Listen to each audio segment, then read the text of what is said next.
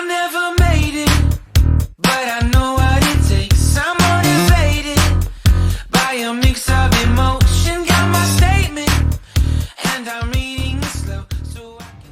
Meu nome é Fabiano Timbó, eu sou um apaixonado pela literatura e hoje eu vou fazer o resumo do conto Aurora Sem Dia, de Machado de Assis. Vamos lá.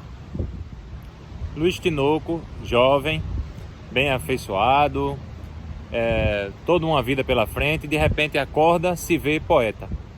Agora, com uma categoria não considerável. Ele, no primeiro poema que ele vai fazer, é um soneto, ele demora 3 horas para concluir esse soneto e o faz com 5 estrofes.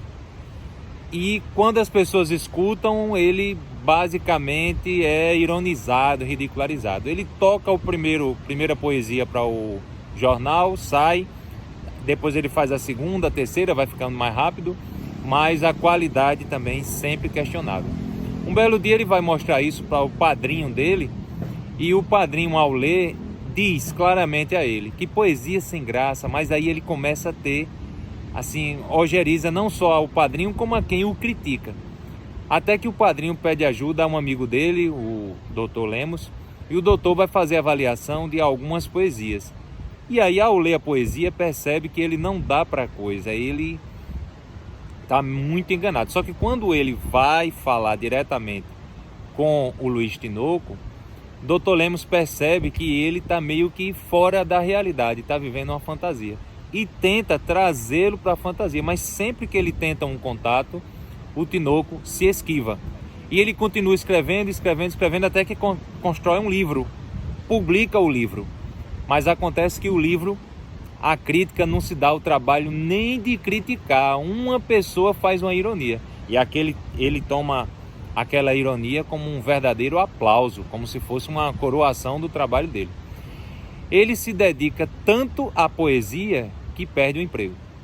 Bom, o Dr. Lemos, preocupado com a situação do jovem, resolve lhe dar então a outro investimento de trabalho. Resolve colocá-lo na política. Ele, como de um passe de mágica, para a poesia e começa a se dedicar à política e começa a fazer discursos, e aquilo vai se avolumando até que ele vai concorrer à carreira política. Os discursos são pífios, parecem mais poesias de segunda qualidade, aí perde. Perdida a eleição, o padrinho dele morre, ele então vai se entregar à vida no interior.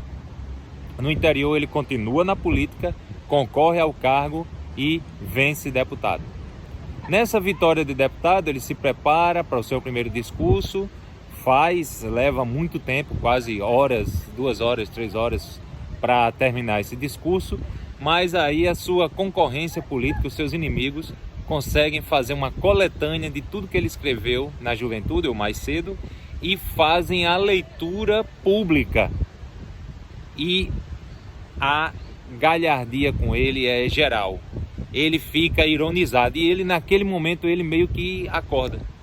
Ele já queria, se fosse até ser presidente da República, imperador, mas ali naquele momento das ironias, das gargalhadas, ele acorda. E aí ele não só vai deixando a vida política, também a vida de poeta, vai se entregando à vida do interior e se torna lavrador.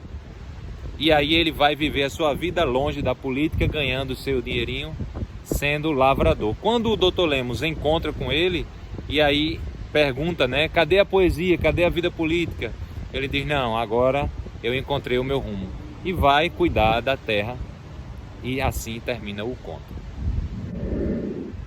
Bastante interessante esse conto de Machado de Assis, porque a gente chega a pensar no começo, inclusive, que Luiz Tinoco é louco, que ele vive num mundo de fantasia, num mundo alternativo, mas ele dá clara menção de que consegue viver na sociedade, consegue trabalhar, consegue aspirar coisas, mas não tem aquele verdadeiro simancol, não tem aquele juízo de valor, aquele senso crítico que falta não só nele como em algumas pessoas, e vai alimentando aquele sonho quixotesco, até que é preciso um grande trauma para tirá-lo desse transe.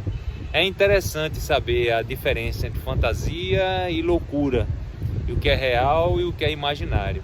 E o mais difícil é quando que o próprio ser entra dentro da sua fantasia.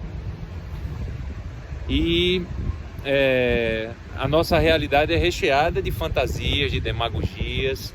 E esse conto parece que não só o personagem acorda, como a gente também, quando para pensar, acorda, pensa na vida, no que fez, na juventude e nos devaneios da juventude, políticos, religiosos, sociais, acadêmicos. E é muito bom para despertar. Ele é simples, ele é rápido, curto, mas ao meu ver, eu senti um pouco da falta da maestria do Machado de Assis, embora nos leve à reflexão sobre esses sonhos, esses desejos juvenis.